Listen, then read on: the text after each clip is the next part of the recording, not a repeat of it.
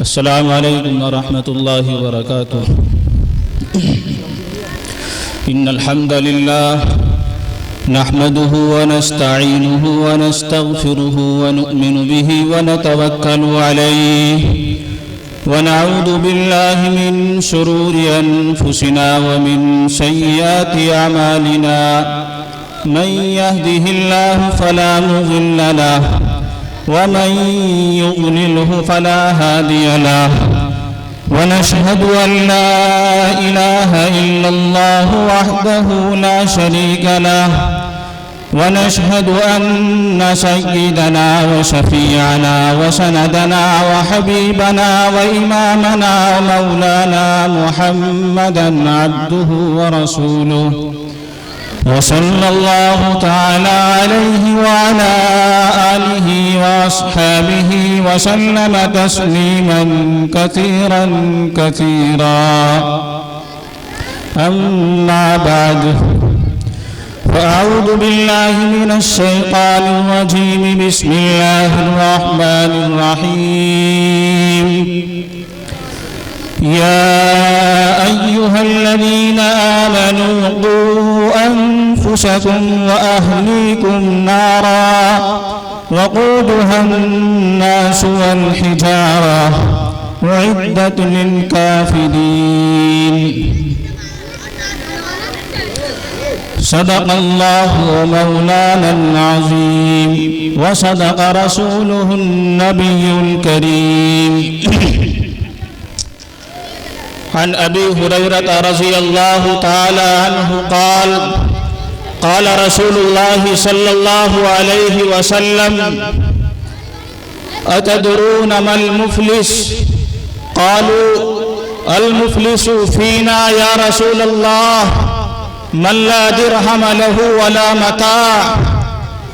قال رسول الله صلى الله عليه وسلم المفلس من أمتي من يأتي يوم القيامة ويأتي قد شتم هذا وقذف هذا وأكل مال هذا وسفك دم هذا وضرب هذا فيعطى هذا من حسناتي وهذا من حسناتي إلى آخره. وقال رسول الله صلى الله عليه وسلم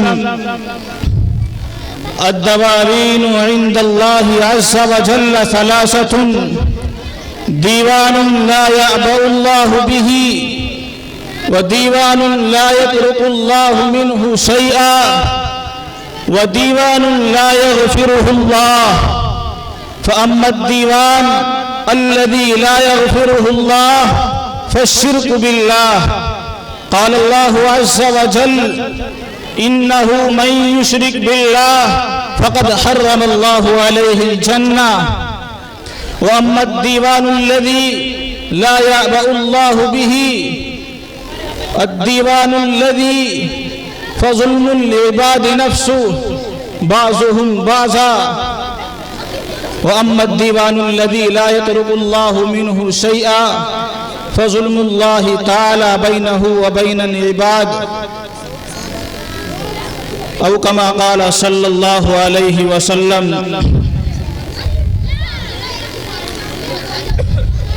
میں جانتا ہوں نہیں ہے کچھ بھی متاع علم و کمال میری. میں جانتا ہوں نہیں ہے کچھ بھی متاع علم و کمال میری مگر یہ تیری دسترس میں ہے کہ خسف کو موتی کا رنگ دے دے. عروج آئے پستیوں پر کہ بلندیاں بھی عرق عرق ہوں. عروج آئے پستیوں پر کہ بلندیاں بھی عرق عرق ہوں. خزاں کی ویراں وسعتوں کو بہار کا جل ترنگ دے دے. محترم و مکرم سامعین کرام، میرے عزیزوں، حضرات علماء کرام، اللہ تبارک و تعالیٰ کے ہم پر بے شمار احسانات ہیں، بے شمار انعامات ہیں. اللہ کی نعمتوں کو اگر ہم شمار کرنا چاہیں تو شمار نہیں کر سکتے.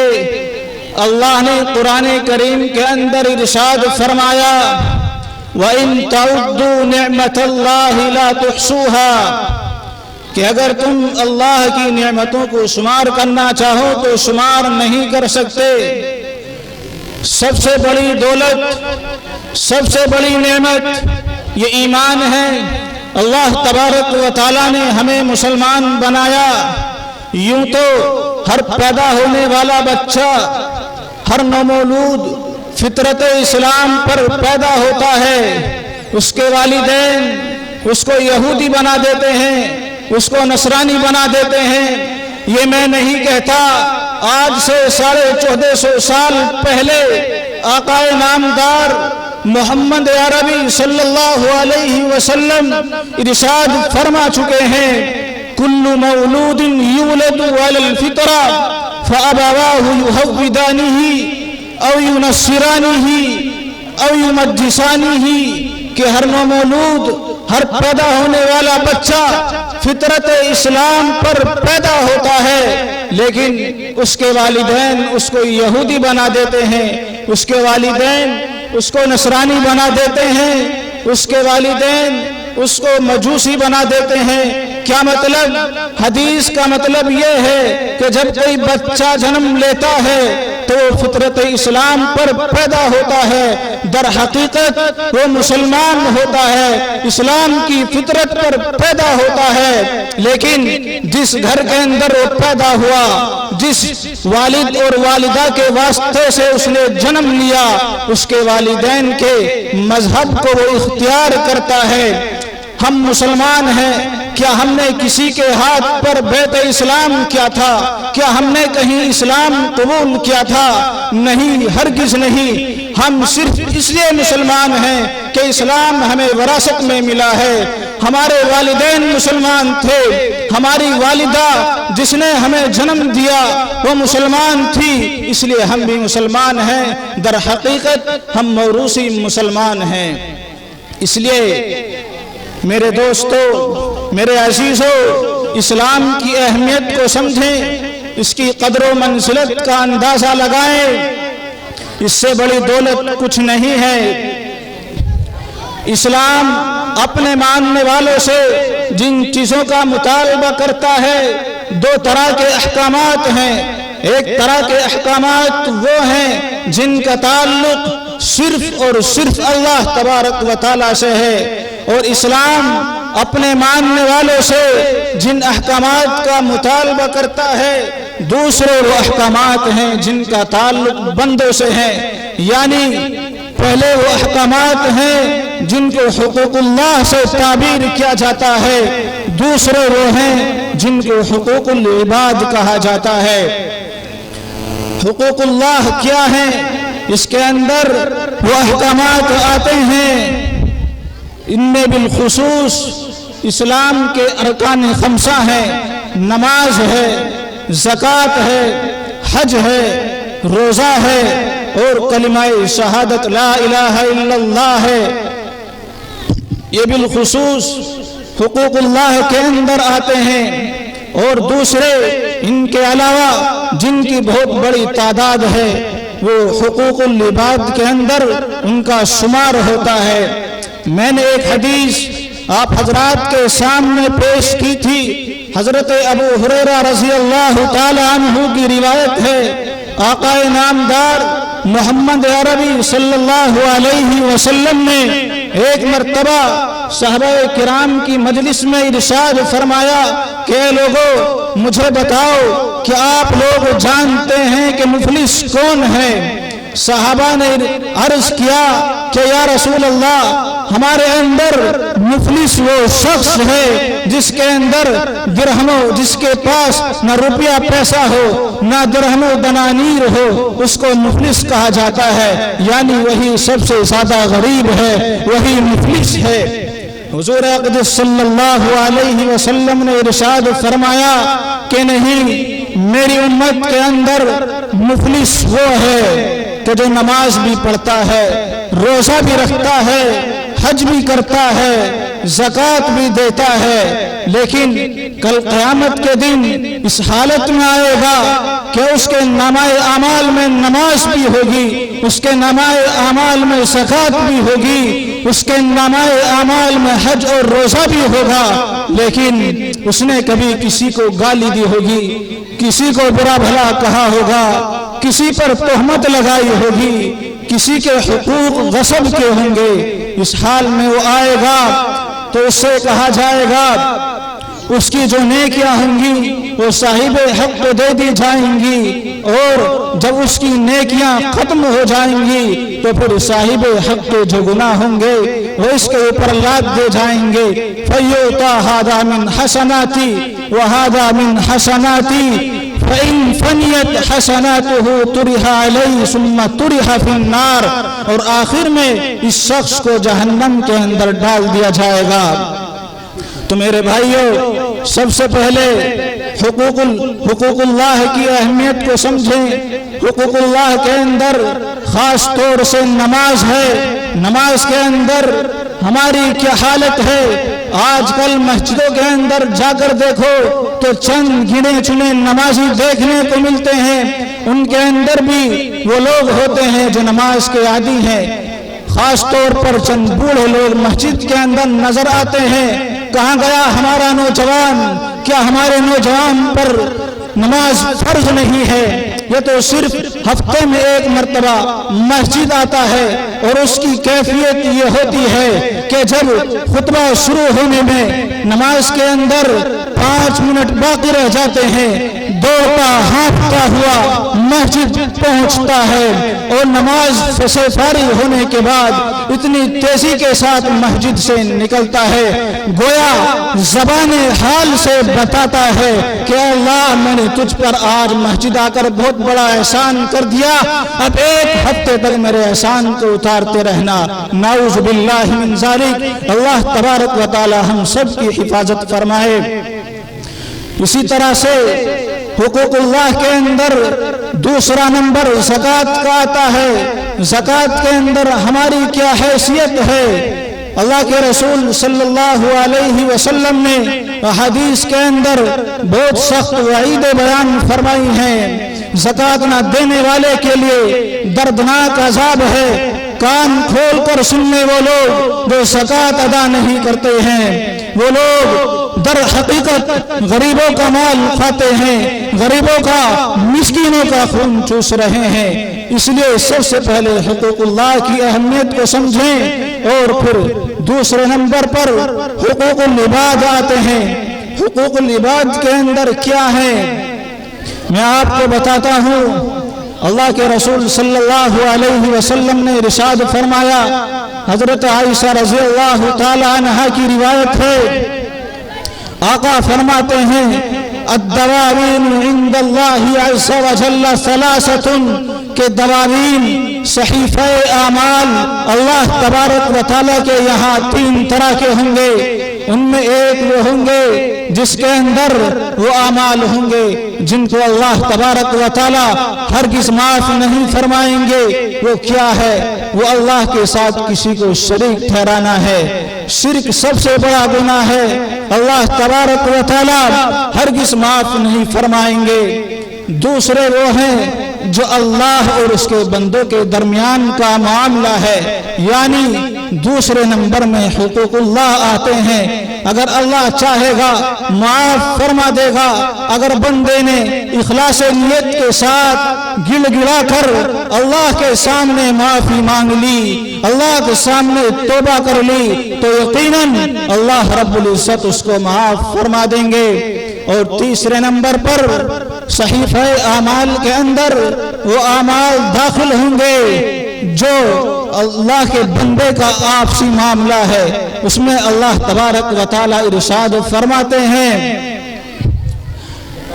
انہ من یشرک باللہ فقد حرم اللہ علیہ الجنہ، کہ جس شخص نے اللہ کے ساتھ کسی کو شریک ٹھہرایا اس کو تو اللہ معاف نہیں فرمائیں گے، لیکن جو اللہ کے بندے کا آپسی معاملہ ہے فَظُلْمُ الْعِبَادِ بَعْضُهُمْ بَعْضًا، اللہ تبارک و تعالی بندوں کے آپسی حقوق کو معاف نہیں فرمائیں گے، اس کی شکل صرف اور صرف یہی ہو سکتی ہے، یہ یا تو صاحب حق سے معافی مانگی جائے یا اس کا حق ادا کر دیا جائے۔ کسی کا حق غصب کرنے کے بعد، کسی کا حق چھیننے کے بعد اگر کوئی شخص اللہ کے سامنے معافی مانگتا ہے، رو رو کر گل گلا کر اللہ سے توبہ کرتا ہے، تو اللہ معاف نہیں فرمائیں گے۔ اللہ فرمائیں گے کہ میرے بندے کا معاملہ ہے، اس کو میں معاف نہیں کروں گا۔ حقوق العباد کو غصب کرنے کے بعد اگر کوئی شخص بیت اللہ کے اندر جا کر بھی معافی مانگتا ہے تو یقین جانیے اللہ اس کو معاف نہیں فرمائیں گے، اس لیے کہ وہ اللہ کے بندے کا معاملہ ہے۔ اللہ کے بندے سے یا تو معافی کرانی ہوگی یا پھر اس کے حق کو ادا کرنا ہوگا۔ حقوق العباد میں کتنے حقوق آتے ہیں؟ حقوق العباد میں اللہ تبارک و تعالیٰ کے بندوں کے حقوق میں والدین کے حقوق ہیں، پڑوسیوں کے حقوق ہیں، زوجین کے آپسی حقوق ہیں، اس کے اندر اساتذہ کے حقوق ہیں۔ سب سے پہلے والدین کے حقوق کو لے لیجئے۔ اللہ تبارک و تعالیٰ نے والدین کے حقوق کی اہمیت کو بیان فرماتے ہوئے جگہ جگہ ارشاد فرمایا ہے۔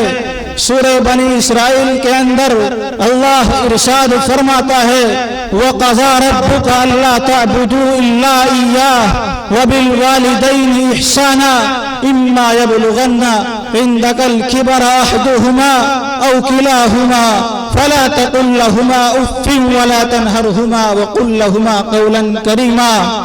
دوسری جگہ اللہ نے ارشاد فرمایا وَاعْبُدُوا اللَّهَ وَلَا تُشْرِكُوا بِهِ شَيْئًا وَبِالْوَالِدَيْنِ إِحْسَانًا۔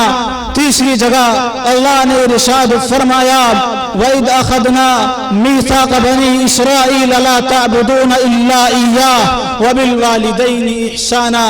ان سب آیات کا خلاصہ یہ ہے کہ اللہ تبارک و تعالیٰ اپنی عبادت اور اپنے حق کو ادا کرنے کے بعد ارشاد فرماتے ہیں کہ والدین کے ساتھ حسن سلوک کرو، والدین کے ساتھ اچھا برتاؤ کرو۔ یقین مانیے کہ والدین کے حقوق کا مسئلہ اتنا سنگین مسئلہ ہے کہ اگر والدین کی نافرمانی ہوتی ہے، والدین کی حق تلفی ہوتی ہے تو اللہ تبارک و تعالیٰ اپنے دربار میں پیشی ہونے کے بعد میں اس کو سزا ضرور دیں گے، لیکن اس کو دنیا میں اس کا خمیازہ بھگتنا پڑے گا۔ اللہ کے رسول صلی اللہ علیہ وسلم نے ارشاد فرمایا کل الذنوب یغفر اللہ منها ما شاء الى یوم القیامہ الا عقوق الوالدین فإن الله يؤجله لصاحبه في الحياة قبل الممات۔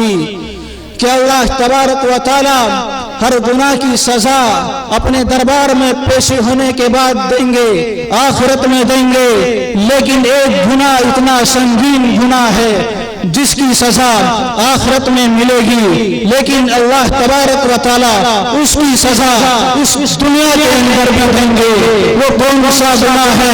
اللہ کے رسول صلی اللہ علیہ وسلم نے ارشاد فرمایا الا عقوق الوالدین فإن الله يؤجله لصاحبه في الحياة قبل الممات۔ کہ والدین کی نافرمانی اتنا سنگین گناہ ہے، اتنا خطرناک گناہ ہے کہ اللہ تبارک و تعالیٰ اس کی سزا اس دنیا کے اندر دیں گے، اور بہت ممکن ہے کہ آخری وقت میں والدین کے نافرمان کو کلمہ طیبہ کی سعادت نصیب نہ ہو، کلمہ طیبہ سے محروم ہو جائے۔ اللہ کے نبی صلی اللہ علیہ وسلم کے دور کا ایک واقعہ ہے۔ حضرت علقمہ رضی اللہ تعالی عنہ صحابی رسول ہیں، آپ کا آخری وقت ہے، آپ کی زبان پر کلمہ جاری نہیں ہوتا۔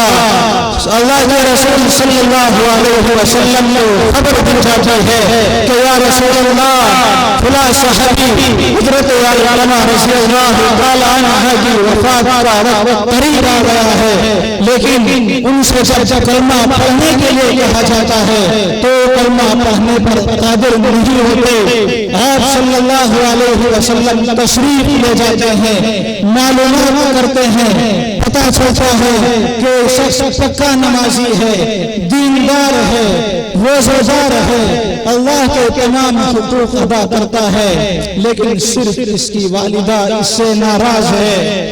والدہ کو بلایا جاتا ہے، کہا جاتا ہے کہ فرض کرو کہ اگر لکڑیوں کا ڈھیر اکٹھا کیا جائے، آگ جلائی جائے، اس کے اندر اس شخص کو ڈالا جائے اور ان سے کہا جائے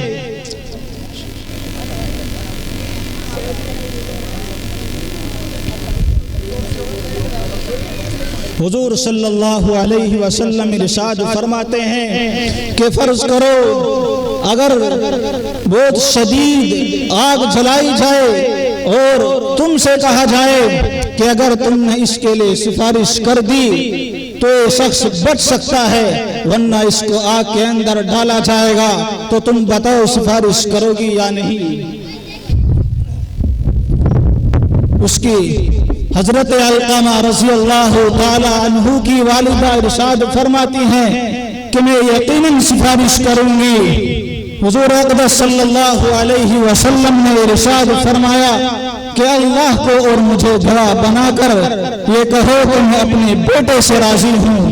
اتنا کہنا تھا کہ حضرت علقمہ رضی اللہ تعالی عنہ کی زبان پر کلمہ جاری ہو جاتا ہے اور وہ آگ سے بچ جاتے ہیں۔ ایک واقعہ حضرت اسماعیل رضی اللہ تعالی عنہ نے بیان کیا ہے، وہ فرماتے ہیں کہ ان کے زمانے میں ایک دیہاتی شخص اس تلاش میں نکلا کہ وہ دیکھے اپنے والدین کا نافرمان کون ہے، سب سے بڑا نافرمان کون ہے۔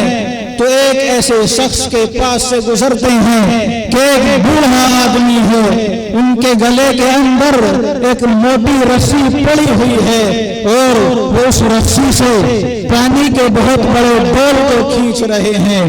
ان کے پیچھے ایک نوجوان ہے جن کے ہاتھ کے اندر بہت سخت کوڑا ہے اور اس کوڑے سے اس بوڑھے شخص کو مارتا ہوا آگے چلتا ہے۔ یہ بزرگ، یہ شخص یہ حالت دیکھ کر نوجوان کو ڈانٹتے ڈپٹتے ہیں، فرماتے ہیں کہ تجھے اس شخص کی حالت پر رحم نہیں آتا۔ وہ نوجوان فرماتا ہے کہ تجھے معلوم نہیں ہے یہ شخص میرا باپ ہے، اور یہ صرف اس کا مسئلہ نہیں ہے، یہ بھی اپنے والد کے ساتھ یہی معاملہ کرتا تھا، اور اس کا والد میرے پردادا کے ساتھ یہی معاملہ کرتا تھا۔ گویا کہ مکافات عمل کا یہ سلسلہ نسلوں سے جاری ہے۔ تو دوستو، اللہ کے رسول صلی اللہ علیہ وسلم کی حدیث کا عملی نمونہ آپ صلی اللہ علیہ وسلم کے دور میں اور آپ کے بعد بھی دیکھنے کو ملا ہے۔ اس لیے والدین کے حقوق کے بارے میں سب سے زیادہ اللہ تبارک و تعالیٰ سے ڈرنا چاہیے۔ اگر والدین کی نافرمانی ہو گئی ہے تو ابھی ان کی حیات کے اندر ان سے معافی مانگنی چاہیے، کل ایسا نہ ہو کہ ہماری دنیا بھی برباد ہو جائے اور آخرت بھی برباد ہو۔ اس کے بعد حقوق العباد کے اندر اگلا مسئلہ زوجین کے آپسی حقوق کا ہے، میاں بیوی کے حقوق ہیں۔ اس کے اندر حضور اقدس صلی اللہ علیہ وسلم نے ترمذی شریف کے اندر روایت بیان کی ہے۔ آقا فرماتے ہیں فَإِنَّمَا هُنَّ عَوَانٌ عَلَيْكُمْ لَا تَمْلِكُونَ مِنْهُ شَيْئًا۔ حضور اقدس صلی اللہ علیہ وسلم فرماتے ہیں کہ عورتیں جو تمہارے نکاح کے اندر ہیں، تم نے ان کو ایک کلمے کے ذریعے یعنی نکاح کے ذریعے حلال کیا ہے، اور ان کے تمہارے اوپر کچھ حقوق ہیں اور تمہارے بھی ان کے اوپر کچھ حقوق ہیں۔